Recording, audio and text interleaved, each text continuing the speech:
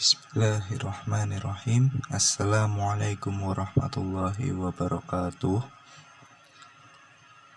Pada kesempatan kali ini kami akan mempresentasikan hasil diskusi kami tentang strategi pembelajaran matematika yang berdasarkan 1.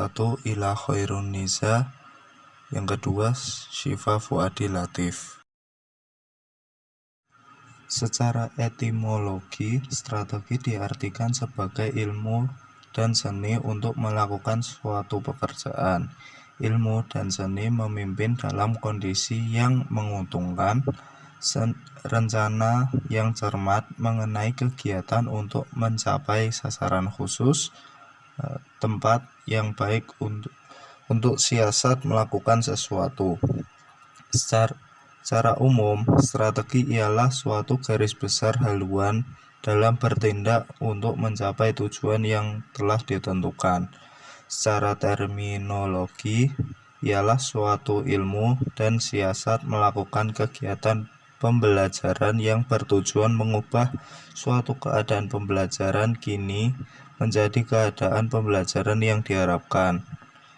Strategi pembelajaran matematika dapat diartikan sebagai pola-pola umum kegiatan siswa dan guru dalam kegiatan proses pembelajaran untuk mencapai kompetensi pembelajaran matematika yang telah ditetapkan. Sobel dan Madletsky di tahun 2003 memberikan solusi agar guru memiliki wawasan dan cara tambahan yang akan berguna bagi guru-guru matematika untuk menarik dan memotivasi peserta didik dan dalam pembelajaran matematika. Yang pertama, memulai pelajaran dengan cara yang menarik. Yang kedua, menggunakan alat peraga secara efektif. Yang ketiga, sediakan perlengkapan untuk penemuan oleh siswa. Yang terakhir, mengakhiri pembelajaran dengan sesuatu yang istimewa. Strategi dapat diklasifikasikan menjadi 4, yaitu strategi pembelajaran langsung, tidak langsung, interaktif, dan mandiri melalui pengalaman. Yang pertama, strategi pembelajaran secara langsung merupakan pembelajaran yang banyak diarahkan oleh guru. Yang kedua, strategi pembelajaran tidak langsung sering disebut dengan inquiry, induktif, pemecahan masalah, pengambilan keputusan, dan penemuan. Yang ketiga, strategi pembelajaran interaktif menekan pada diskusi dan sharing di antara peserta didik. Yang keempat, strategi pembelajaran empirik berorientasi pada kegiatan induktif, berpusat pada peserta didik, dan berbasis aktivitas. Yang kelima, strategi belajar mandiri merupakan strategi pembelajaran yang bertujuan untuk membangun inisiatif individu, kemandirian, dan peningkatan diri. Penggolongan strategi pembelajaran matematika. A. Berdasarkan bentuk dan pendekatan. Yang pertama, expository. Exposition atau expositorik, yang berarti guru hanya memberikan informasi yang berupa teori, generalisasi, hukum, atau dalil beserta bukti-bukti yang mendukung. Yang kedua, discovery dan inquiry adalah proses mental di mana siswa mengasimilasikan suatu konsep atau suatu prinsip. Proses mental misalnya mengamati, menjelaskan, mengelompokkan, membuat kesimpulan, dan sebagainya. Yang ketiga, pendekatan konsep. Istilah konsep ditujukan melalui tingkah laku individu dalam mengemukakan sifat-sifat objek seperti bundar, merah, halus, rangkap atau objek-objek yang kita kenal seperti rambut, kucing, pohon, dan rumah. B. Berdasarkan pertimbangan proses pengolahan pesan. Yang pertama, strategi deduktif. Dengan strategi deduktif, materi atau bahan pelajaran diolah dari mulai yang umum, generalisasi atau rumusan, ke yang bersifat khusus atau bagian-bagian. Bagian itu dapat berupa sifat, atribut, atau ciri-ciri. Strategi deduktif dapat digunakan dalam mengajarkan konsep, baik konsep konkret maupun konsep terdefinisi. Yang kedua, strategi induktif. Dengan strategi induktif, materi atau bahan pelajaran diolah mulai dari yang khusus, sifat, ciri, atau atribut, ke yang umum, generalisasi atau rumusan. Strategi induktif dapat digunakan dalam mengajarkan konsep, baik konsep konkret maupun konsep terdefinisi. C. Berdasarkan pertimbangan pihak pengolah pesan. Yang pertama, strategi ekspositorik. Dengan strategi ekspositorik, bahan atau materi pelajaran diolah oleh guru. Siswa tinggal terima jadi dari guru. Dengan strategi ekspositorik, guru yang mencari dan mengolah bahan pelajaran yang kemudian menyampaikannya kepada siswa. Strategi ekspositorik dapat digunakan di dalam mengajarkan berbagai materi pelajaran, kecuali yang sifatnya pemecahan masalah. Yang kedua, strategi heuristik. Dengan strategi heuristik, bahan atau materi pelajaran diolah oleh siswa. Siswa yang aktif mencari dan mengolah bahan pelajaran, guru sebagai fasilitator memberi dorongan, arahan, dan bimbingan. 3 aspek yang bisa dilakukan dalam memenuhi strategi pembelajaran matematika. Aspek pertama adalah kemampuan khusus di mana seseorang pengajar memiliki skill baik dalam menguasai materi yang akan disampaikan kepada murid.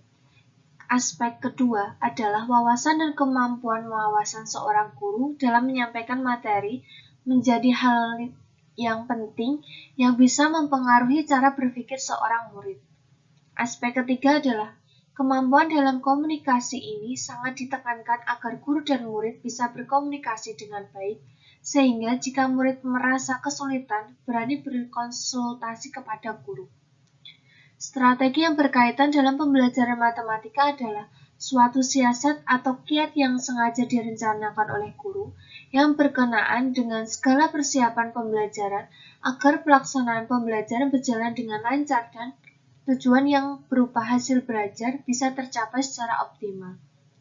Strategi pembelajaran matematika ini hampir sama dengan metode pembelajaran matematika, karena pengertian dari strategi itu sendiri adalah suatu siasat atau suatu metode.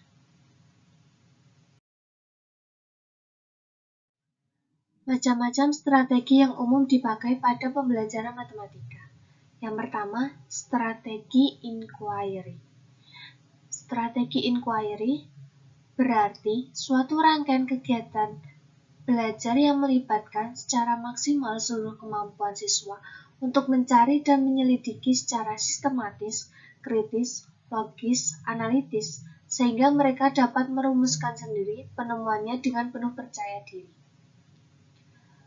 Contoh strategi inquiry yaitu dalam pembelajaran matematika di SMA Negeri 2 Karanganyar, materi geometri, siswa membentuk kelompok belajar, lalu kemudian guru menginstruksikan masing-masing kelompok untuk mencari dan membuktikan jenis-jenis bangun datar dan bangun ruang, serta membuktikan rumusnya secara induktif. Tujuan dari kegiatan ini adalah siswa tidak hanya mengerti konsep geometri, namun juga memahami sehingga akan mampu menerapkannya dalam kehidupan sehari-hari.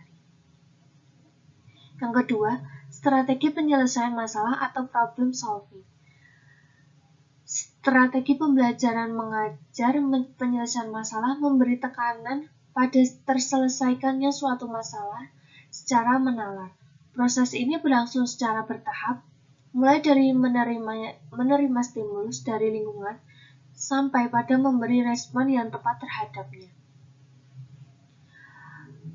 Contoh penerapan strategi pemecahan masalah dalam pembelajaran matematika menurut Polya yaitu Misalnya, tentukan jumlah 10 bilangan genap positif pertama. Langkah pemecahan masalahnya, yang pertama, memahami masalah. Bilangan genap yang dimaksud dalam soal adalah 2,4, 6, seterusnya, sehingga masalah yang diberikan adalah menentukan jumlah 2 tambah 4 tambah 6 tambah sampai tambah 20. 2. Merencanakan penyelesaiannya. Salah satu strategi yang dapat diterapkan adalah mencari kemungkinan suatu pola yang terdapat dalam masalah tersebut. Misalnya dengan menjumlahkan bilangan-bilangan tersebut dengan berurutan. Salah satunya adalah dengan menjumlahkan bilangan dari ujung awal dengan ujung akhir, ujung kedua dengan ujung kedua terakhir, sehingga diperoleh 2 tambah 20, 4 tambah 18, 6 tambah 16, dan seterusnya. Dengan demikian diperoleh 5 pasang bilangan yang masing-masing berjumlah 22. Yang ketiga, menyelesaikan masalah. Dari langkah kedua diperoleh 10 pasang bilangan yang masing-masing berjumlah 22. Sehingga diperoleh jumlah keseluruhannya adalah 5 dikali 22 sama dengan 110.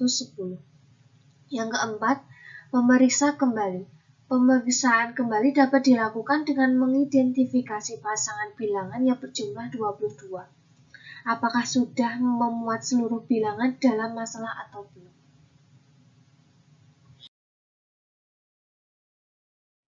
Selanjutnya, yang ketiga, strategi active learning adalah salah satu cara strategi belajar mengajar yang menuntut keaktifan dan partisipasi peserta didik seoptimal mungkin sehingga mampu mengubah tingkah laku anak secara efektif dan efisien agar sesuai tujuan pembelajaran yang diinginkan. Strategi yang bisa digunakan untuk mengaktifkan siswa dalam pembelajaran matematika yaitu yang pertama, bertukar tempat. Strategi ini memungkinkan siswa untuk lebih mengenal, berbagi pendapat, dan membahas gagasan, nilai-nilai atau pemecahan masalah baru. Ini merupakan cara yang luar biasa bagus untuk meningkatkan keterbukaan diri atau bertukar pendapat secara aktif. Yang kedua, prediksi. Ini merupakan cara menyenangkan guna membantu siswa lebih mengenal satu sama lain. Kegiatan ini juga merupakan eksperimen berkesan menarik. Yang ketiga, benteng pertahanan. Seringkali kegiatan belajar aktif akan menjadi lebih bergairah dengan menciptakan tim-tim belajar jangka panjang yang bisa belajar bersama, mengerjakan proyek, dan terlibat dalam kegiatan belajar bersama lainnya. Bila ini termasuk dalam rencana Anda, ada baiknya melakukan semacam kegiatan pembentukan tim awal untuk memastikan awal yang baik. Memang banyak kegiatan pembentukan tim yang bisa menjadi bahan pertimbangan, namun yang berikut ini merupakan kegiatan favorit. Kesimpulannya dari materi strategi pembelajaran matematika yaitu strategi pembelajaran adalah hal yang sangat penting terutama dalam konteks penguasaan konsepsional terhadap pembelajaran. Strategi pembelajaran harus mengandung penjelasan tentang metode atau prosedur dan teknik yang digunakan selama proses pembelajaran berlangsung. Pemilihan strategi pembelajaran sangatlah penting. Artinya, bagaimana pengajar dapat memilih kegiatan pembelajaran yang paling efektif dan efisien untuk menciptakan pengalaman belajar yang baik, yaitu yang baru memberikan fasilitas kepada peserta didik mencapai tujuan pembelajaran.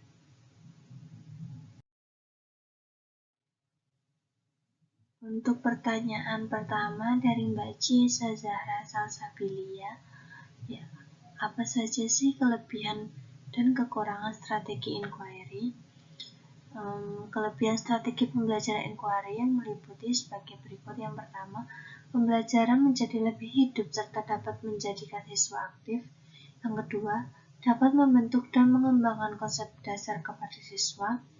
Yang ketiga, mendorong siswa untuk berpikir dan bekerja atas inisiatifnya sendiri. Yang keempat, memungkinkan siswa belajar dengan memanfaatkan berbagai jenis sumber belajar. Yang kelima, keuntungan lain adalah strategi pembelajaran ini dapat melayani kebutuhan siswa yang memiliki kemampuan di atas rata-rata. Artinya, siswa yang memiliki kemampuan belajar bagus tidak akan terhambat oleh siswa yang lemah dalam belajar. Kelemahan strategi pembelajaran inquiry yang pertama, kadang-kadang dalam mengimplementasikannya memerlukan waktu yang panjang sehingga sering guru sulit menyesuaikannya dengan waktu yang telah ditentukan. Yang kedua, pembelajaran dengan inquiry memerlukan kecerdasan siswa yang tinggi. Bila siswa kurang cerdas, hasil pembelajarannya kurang efektif. Yang ketiga, memerlukan perubahan kebiasaan cara belajar siswa yang menerima informasi dari guru apa adanya. Yang keempat, guru dituntut mengubah kebiasaan mengajar yang umumnya sebagai pemberi informasi menjadi fasilitator, motivator, dan pembimbing siswa dalam belajar. Yang kelima, karena dilakukan secara kelompok, maka kemungkinan ada anggota yang kurang aktif.